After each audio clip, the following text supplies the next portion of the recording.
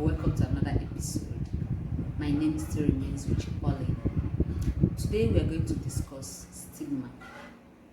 Stigma is discrimination against an individual or a group of people because they have a particular illness, a particular condition, or because they are suspected to have a particular condition, or because they are associated with people that have a particular condition. So now, looking at the case of COVID-19, the pandemic that we are facing in the world, we can see that some group of people, like Asian people, has been associated to have this COVID-19, or to say that they are the people that have this illness. So some people, once they see anybody that is from Asian country, they discriminate against those people. They try to avoid them. They try to run away from them. They don't want to have any business with them. They don't even want to patronize them or even to sell to them. The same thing goes for some people that has been quarantined, people that have gone for isolation and they have been declared to be negative, to be free from this virus. A lot of people still discriminate against them because they feel that, oh, these people, they've gone for quarantine, they've been isolated, and maybe they still have that disease in them, or maybe they even contacted the disease from where they are coming from. And people in the community, they isolate them, they won't want to associate with them. They look at them and point fingers at them. That person, he has gone there, he has been quarantined. The same also goes for people that have traveled. You can say, well, this person is coming from UK, or he's coming from US, he just came back from China. Maybe he has this illness, and people don't want to associate with them.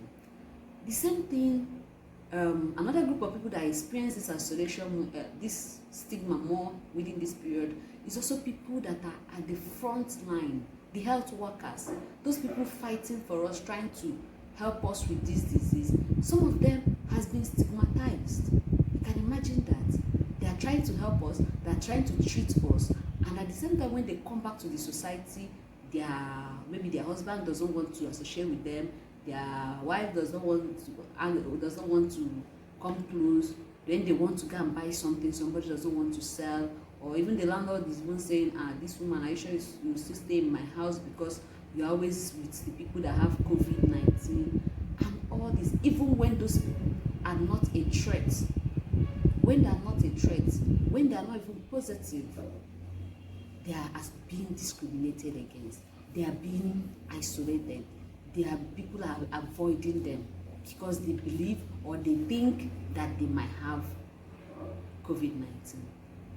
Stigma is a threat to health, is a threat to mental health. You can imagine if somebody comes out to buy something and another person does not want to sell because he thought that he's assuming that person might have COVID, or the person is working in a company and because the family member has had COVID-19, the employer will say, I don't want you again, please, because I don't want my staff to contact COVID-19. That's not good enough. How do you think that person is going to feel? How do you think it's going to affect the mental health of the individual? This person, once the person senses stigma, once the person perceives that he or she is being stigmatized, the person will start withdrawing socially because he doesn't want to be embarrassed. He doesn't want people to make jest of him. He or she will start withdrawing socially. And by that withdrawal, the person can start experiencing depression.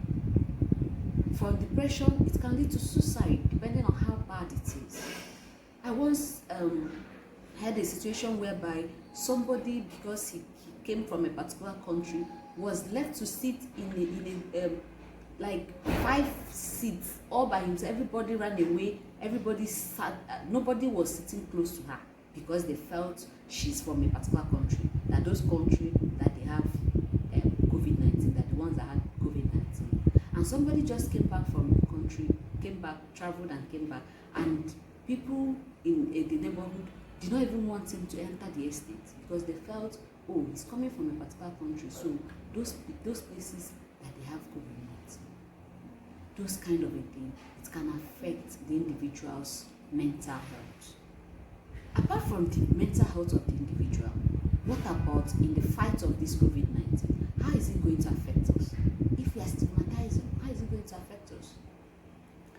If a person knows that if he goes to test for COVID-19, that after testing, that people in the environment are going to look at him somehow, do you think the person will opt for the test? The person will not like to go for the test.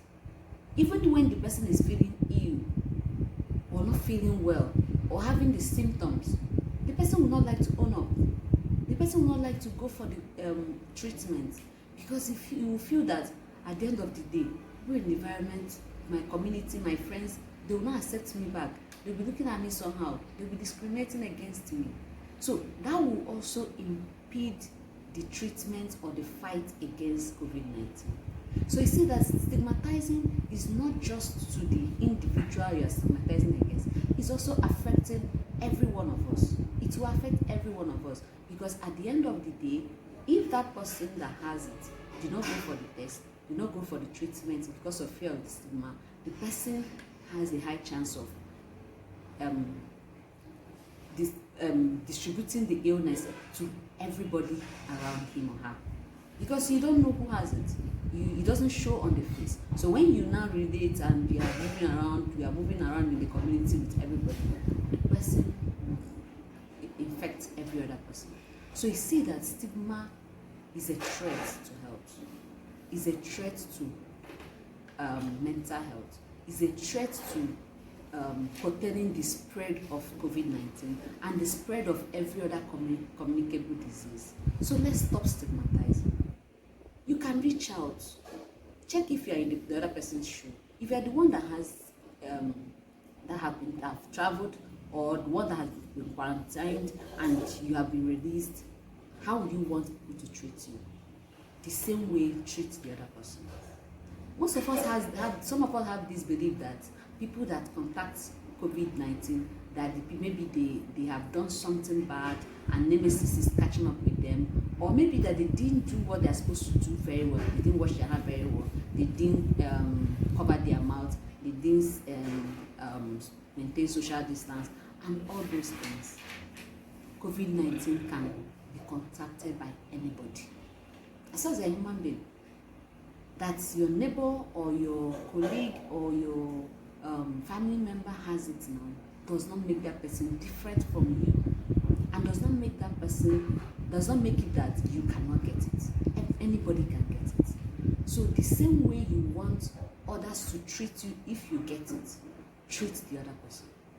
The primary thing here is wash your hand, maintain social distance, cover your mouth when you're coughing. Make sure you observe all those precautions that the government asks us to do, that the people in the disease control asks us to do to prevent this disease. Apart from that, don't stigmatize against anybody. Stigma does us more harm than good. It's counterproductive. Let's stop stigmatizing. Let's show support.